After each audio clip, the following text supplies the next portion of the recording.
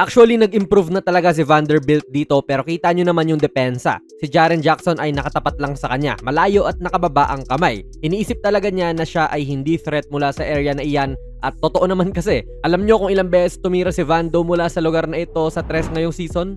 Not 1, not 2, not 3, pero 0 mga idol. Never siyang tumira dyan sa lugar na iyan. Tignan nyo yung shot chart niya. Puro corner lang po ang mga attempts at shoots niya sa tres. That's why maiintindihan mo po si JJJ na ginaganyan siya. To be fair kay Vando, siya po ang naging the best na 3-point shooter ng Lakers by percentage noong December or at least noong time na binalik siya sa rotation kasi binangko rin yan.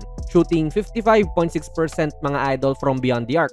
Bibihira siya tumira doon pero at least accurate siya sa mga attempts niya. Kaya maintindihan mo rin kung bakit ganito ang postura ni JJJ. Alam niya kasing hindi yan titira. Pero what if ma-develop to ni Vando? Maging actual na threat siya kahit saan sa tres, di ba? Malaking bagay yan sa Lakers at mas magiging delikado siya sa floor. Kahit pa sabihin natin na set play to kasi nagsiscreen na si Jax kay Luka, pwede naman itira ni Vando yan kung ganyan kalamya ang depensa sa kanya.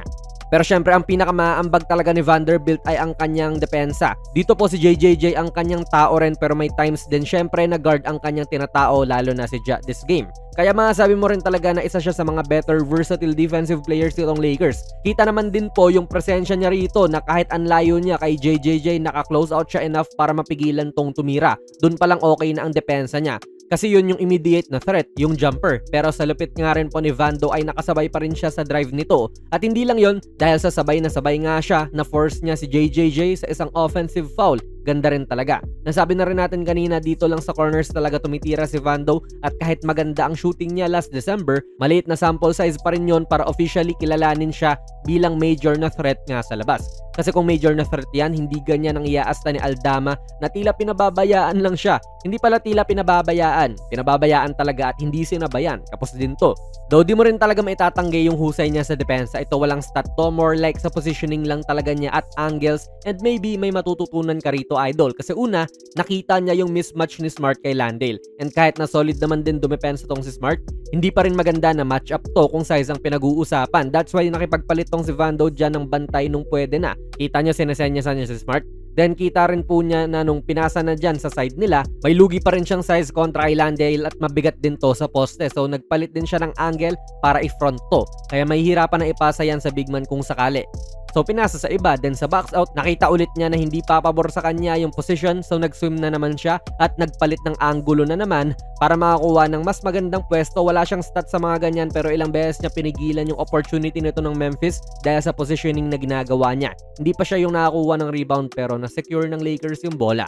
Gusto ko talaga yung pagiging versatile niya sa depensa. Ngayon si Ja naman po ang tao niya at solid tong pagiging on the same page nila ni Jax.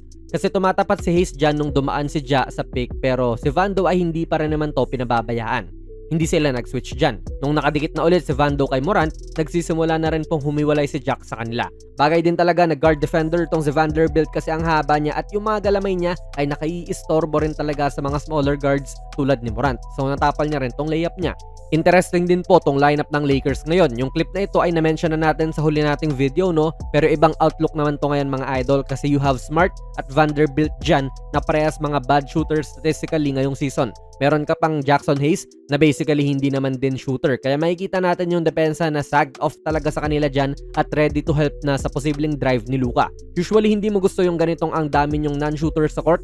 Kaya yan din po ang dahilan kung bakit binabangko yung si Vando noong November pati simula ng December. Ang sikip-sikip sa court lalo at may kapwa siyang hindi shooter na kasama. Kaya importante talaga na magkaroon siya ng respectable jumper mula sa labas para naman bumuka ang depensa kina Luka at sa iba pa. Nag-decide ang depensa na pigilan si Luka sa drive kasi yun nga, hindi mga high percentage shooters yung mga nakapwesto sa labas at tatlong defenders nga ang sumama sa kanyang atake. Hirap din umiscore si Luka mabuti at nilason sila ni Vando sa tres na ito. Hopefully, ganyan lagi, di ba? Sa depensa kita naman natin mga idol, maaasahan talaga tong si Vando. As always, doon lang sa opensa kita rin natin na medyo dinidisrespect pa nga rin siya at maintindihan mo kung bakit ganun nga sila. If maging consistent man ang kanyang shooting beyond the arc, edi parang may Tumani Camara type na player sila kung ganun.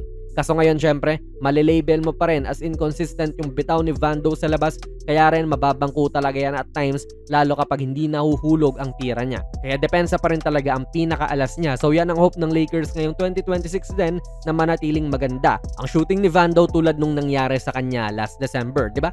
Hindi ka na maghahangad dyan na maging one-on-one isolation player siya. Basta pag napapasahan tapos libre sa tres, dapat pumapasok. Yun na yung the best na mabibigay niya sa team. Kaya ano po ang masasabi niyo sa laro ni Vando this game? Ilagay nyo lang po ang inyong mga komento sa ating comment section. Kung nagustuhan nyo po ang ating video ay pakipindot na lang idol ng like button, mag-subscribe ka na rin sa ating channel. And ako nga pala si Jonas PB and as always, hanggang sa muli.